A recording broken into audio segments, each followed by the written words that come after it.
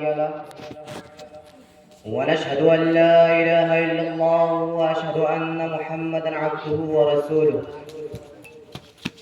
أما بعد فأعوذ بالله من الشيطان الرجيم. بسم الله الرحمن الرحيم. أقم الصلاة إن الصلاة تنهى عن الفحشاء والمنكر. صدق الله تعالى نبی الکریم وعلى آلہ واصحابہ اجمعین.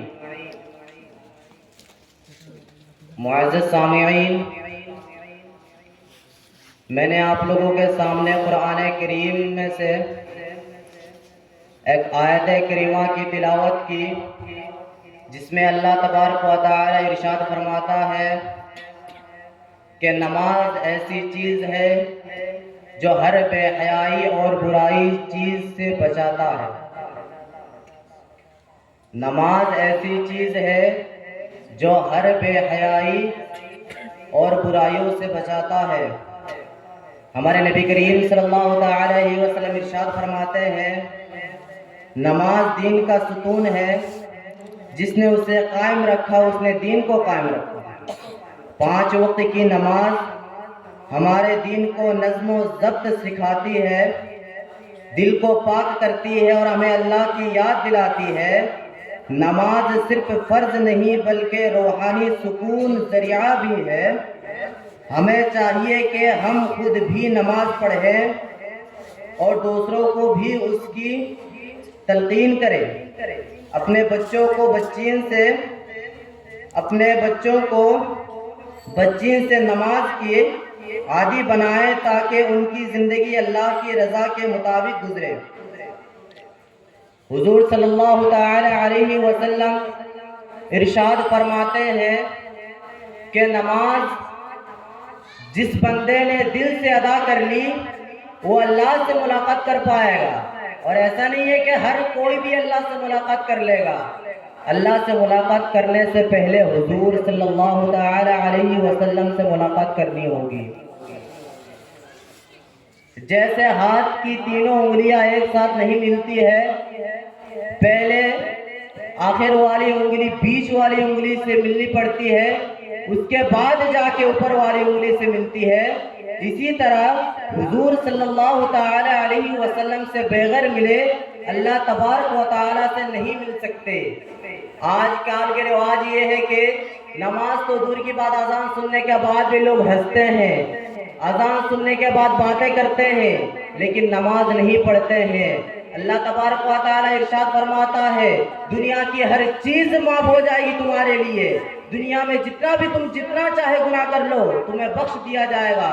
لیکن جو نماز تم چھوڑو گے، جب تک اس کی قضا ادا نہیں کرو گے، تب تک اس کی معافی نہیں ہوگی. حضور صلی اللہ علیہ وسلم ہر وقت اپنے صحابہ کو نماز کی تلقین کرتے، نماز کی دعوت دیتے. نماز کے لیے حضور نے خون بہایا، کافروں نے حضور پر پتھر ماری، پھر بھی حضور صلی اللہ علیہ وسلم نے اللہ کے دین کے لیے کبھی پیچھے نہیں ہٹے.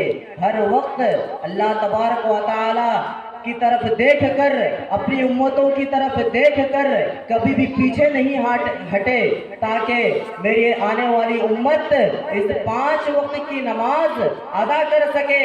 اور پہلے تو اللہ تبارک و تعالی نے حضور صلی اللہ تعالی علیہ وسلم کی امت پر 50 وقت کی نماز قبول فرمایا تھا.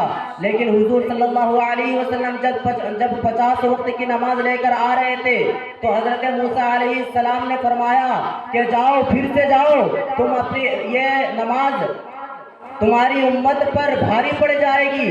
حضور صلی اللہ علیہ وسلم پھر گئے تو 5 وقت کی نماز کم ہو گئی. اسی طرح حضرت موسیٰ علیہ السلام کے کہنے پر جاتے رہے اور حضور صلی اللہ علیہ وسلم حضرت موسیٰ علیہ السلام کے کہنے پر جاتے رہے. جاتے کم ہوتے یہاں تک کہ 5 وقت کی نماز ہوئی ہے. اور اگر آج اس 5 وقت کی جگہ پر 50 وقت کی نماز ہوتی تو کیا کرتے ہیں امت؟ اے محمد اے محمد صلی اللہ علیہ وسلم کی امت، آج اگر اس 5 وقت کی نماز میں 50 وقت کی نماز دی جاتی تو کیا حال ہوتا؟ آج کچھ سمجھ میں آ رہا ہے؟ حضور صلی اللہ علیہ وسلم اللہ تبارک و تعالیٰ سے ہر وقت اپنی امت کی بھلائی کے لیے دعا کرتے اور یہ نہیں کہتے کہ اور حضور صلی اللہ علیہ وسلم پر آج تو امت درود پڑھنے پر بھی پیچھے ہٹ گیا ہے، یہ کہتا ہے کہ حضور صلی اللہ علیہ وسلم مردہ ہے، نعوذ باللہ، کہتا ہے حضور صلی اللہ علیہ وسلم مٹی میں مل گئے۔ لیکن جو کافر یہ کہتا ہے وہ جہنم کے آخری استھان پر اس کو جگہ ملے گی۔ حضور صلی اللہ علیہ وسلم پر میلاد پڑھنا، درود پڑھنا، سلام بھیجنا، ہر وقت حضور صلی اللہ علیہ وسلم کو یاد کرنا، اسلام کی دعوت دینا، کہتے ہیں کہ یہ سب ناجائز ہے۔ اور آج تو کلمہ میں سے بھی جب اشہد ان لا الہ الا اللہ وحدہ لا شریک لہ واشہد ان محمدا عبدہ ورسولہ، اس میں سے واشہد ان محمد عبدہ ورسولہ یہ لفظ جب بولتے ہیں تو ان لوگوں نے اشہد ان لا الہ الا اللہ وحدہ لا شریک لہ اس کو ہٹا دیا، کہتے ہیں کہ یہ نہیں ہے، پہلے سے بھی نہیں ہے۔ ایک مرتبہ ایک ڈاکٹر کے پاس ایک انسان گیا تو اس ڈاکٹر کو سلپ دکھایا، کہتا ہے ڈاکٹر صاحب دوا دیجئے، تو وہ ڈاکٹر کہتا ہے، تو وہ ڈاکٹر ہندو تھا، وہ کہتا ہے کہ تم لوگ پرانی دھرم کو چھوڑ کر نیا دھرم کیوں تم لوگ قبول کر رہے ہو؟ تو اس بندے کے پاس کوئی جواب نہیں تھا، تو اس نے کہا کہ آپ سلپ لکھیے، تو اس نے سلپ لکھا، تو اس انسان نے بولا کہ جب آپ پہلے والے سلپ دیے اس میں سے دوا کیوں نہیں دیے؟ تو اس نے کہا کہ پہلے والے سلپ اب دوا، پہلے والے سلپ میں جو دوا ہے وہ اب تمہارے کوئی کام نہیں کرے گی، تو اس لیے تم ابھی نیا والا دوا یہ لگاؤ، تب تمہاری یہ جو بیماریاں ہیں وہ شفا ہو جائے گی۔ تب وہ انسان جواب دیتا ہے جب تم اپنی پرانی دوا کو کچھ بھی نہیں کر سکتے ہو تو پرانی مذہب کیسے کہہ سکتے ہو؟